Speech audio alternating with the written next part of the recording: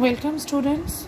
Today we are going to do lesson 6 Mild the Mist Upon the Hill, a Kavita by Emily Jane Bronte from your book Bliss. Okay, so let us see.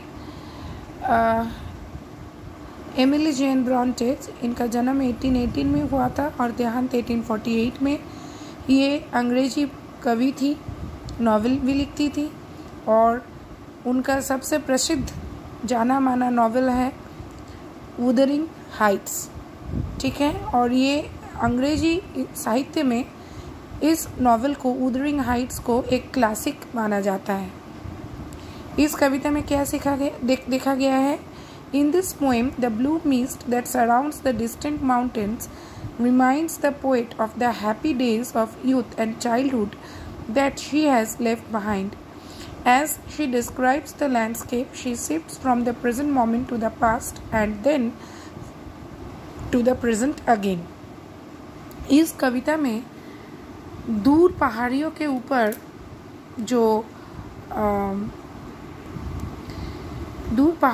ऊपर जो fog mist जो जमता है, उसको देख के उनको अपने बचपन की याद आती है, जो बचपन वो पीछे छोड़ आई हैं।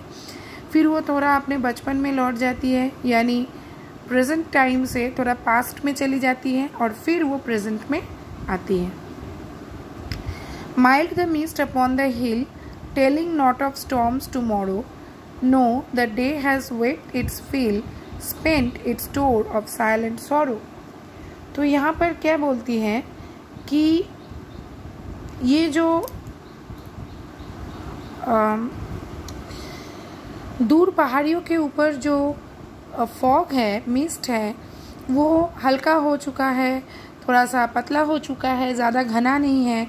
और ये दर्शा रहा है या फिर कह रहा है कि आने वाले दिन में जो है कोई भी तूफान बारिश नहीं होगी, क्योंकि सारा दिन wept as the day has wept its fill, यानी सारा दिन बहुत बारिश हुआ है और इसलिए जितनी भी बारिश का मतलब था सब गिर चुका है। स्पेंट इट्स स्टोर, यानी ख़त्म हो चुका है, बारिश अभी फ़िलहाल और नहीं है।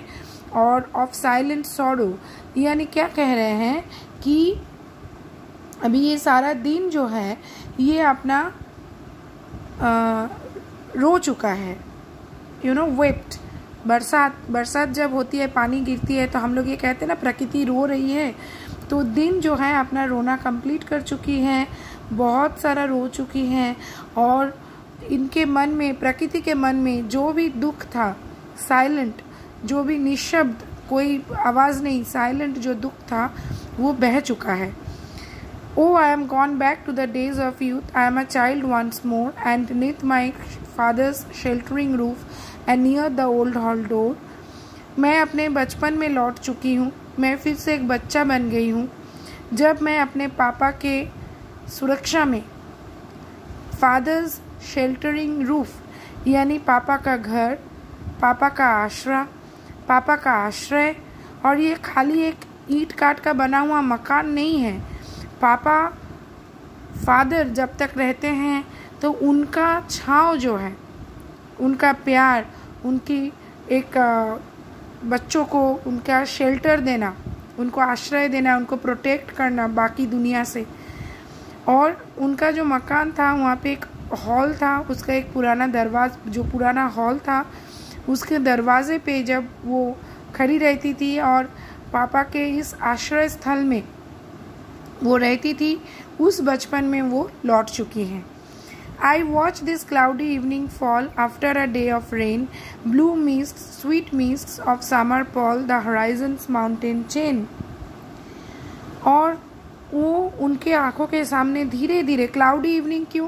क्योंकि सारा दिन बारिश हुआ था, तो इवनिंग तो क्लाउडी होना है। तो धीरे धीरे जो है इवनिंग आ गया, after a day of rain, एक पूरा दिन बारिश का, उसके बाद धीरे धीरे क्लाउडी इवनिंग आ गया।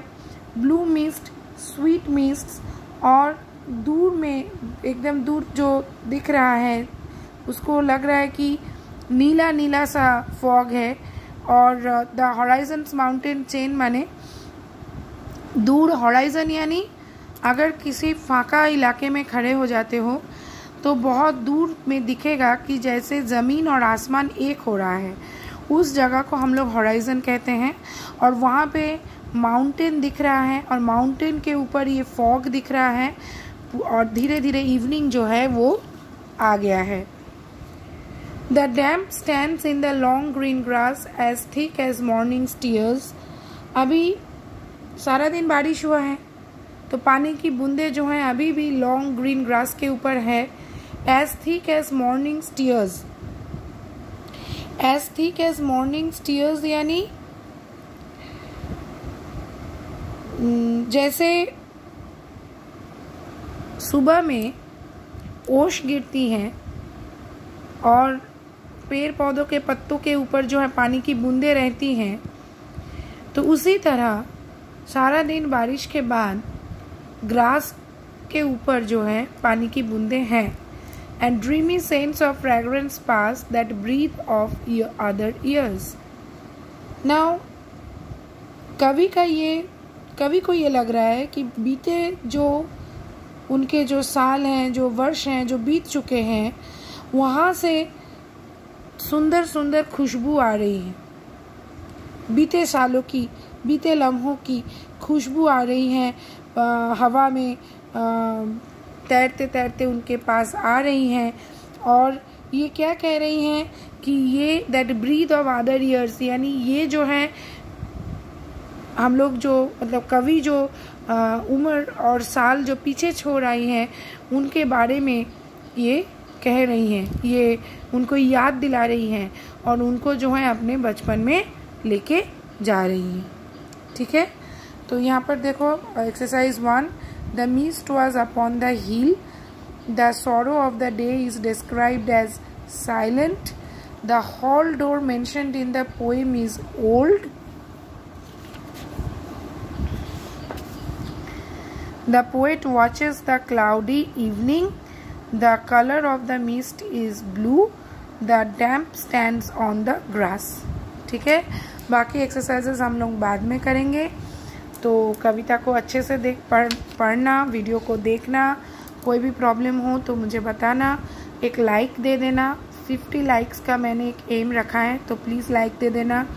अगर चैनल को सब्सक्राइब नहीं किए हो तो सब्सक्राइब करना, दोस्तों के साथ शेयर करना और उनको भी मेरे चैनल को सब्सक्राइब करने बोलना। नेक्स्ट वीडियो तक गुड बाय स्टूडेंट्स।